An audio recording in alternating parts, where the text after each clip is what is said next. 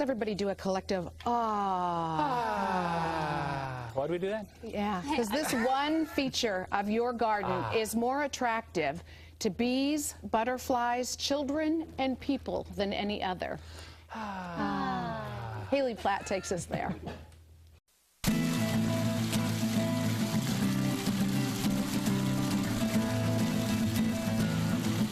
David, we're going to talk about water features today, and I got to say already, I'm feeling very calm because that sound is so therapeutic.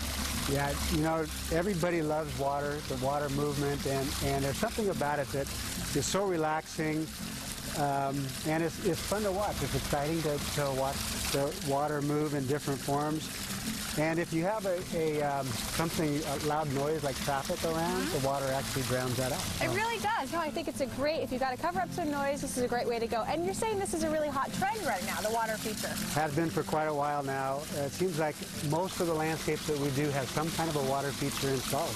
And this one, particularly, it looks like real rock, but you say it's artificial. You know, if this was real rock, it would weigh a couple of tons. It would be very difficult to install. But this is artificial, made to look real. They've done a great job with it. Weighs about 300 pounds. So, I mean, you'd need a little bit of help doing it. But it's something that a creative do-it-yourselfer could install themselves as well. Well, and I think it looks real. And then you've got it here in this really nice pond. Talk to me about the lining here. What do you need to do here to keep this all enclosed? Yeah, the new way of doing water features is to use a liner, and that's what we do. We don't concrete the pond anymore. We use a waterproof liner, and it doesn't crack. It doesn't, if it's installed correctly, it'll never leak. So it's just a real good way to go. David, these are more freestanding water features, like I'd call them fountains, right? So where would you use these in a home?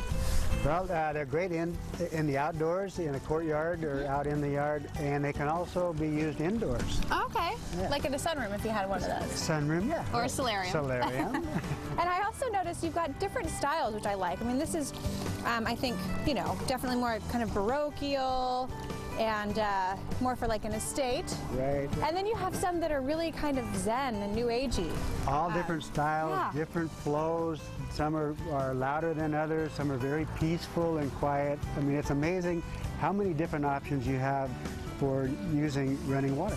Now, what about installation on these? Are these real heavy? Very simple, because they come apart. Each of these, like this is 2 components. Actually, it's 3 components. That's one component, the next, and the next. And then you just put it on a level stand, hook up a pump to it, fits inside, and plug it into power, and you're good to go. And you add that water, and then that's it? Add water, and you're good.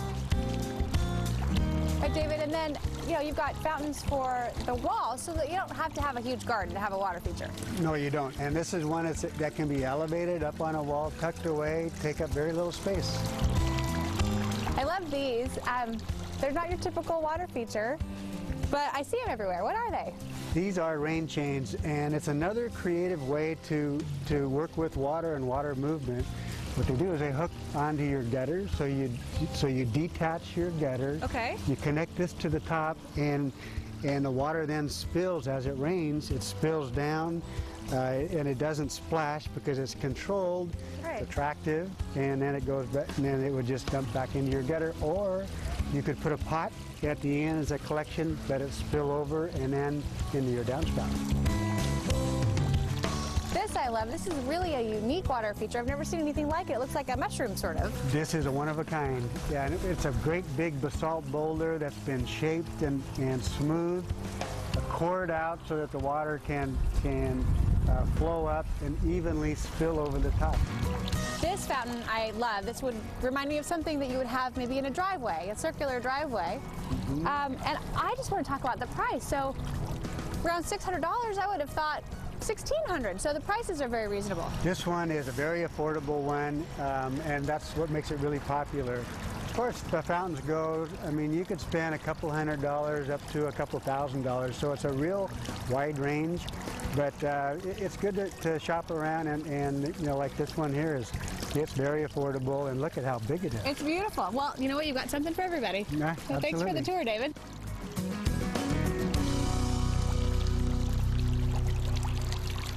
And Studio 6 would like to thank Dennis 70s for sponsoring today's garden segment. And I bet Haley is watching that in the hospital thinking, boy, I am so glad I had baby Weston last night and I'm no longer pregnant. Yes, yeah. Well, yeah, her water broke after she did the water segment. So. Oh, yeah, the water feature, yeah. She was her own water feature.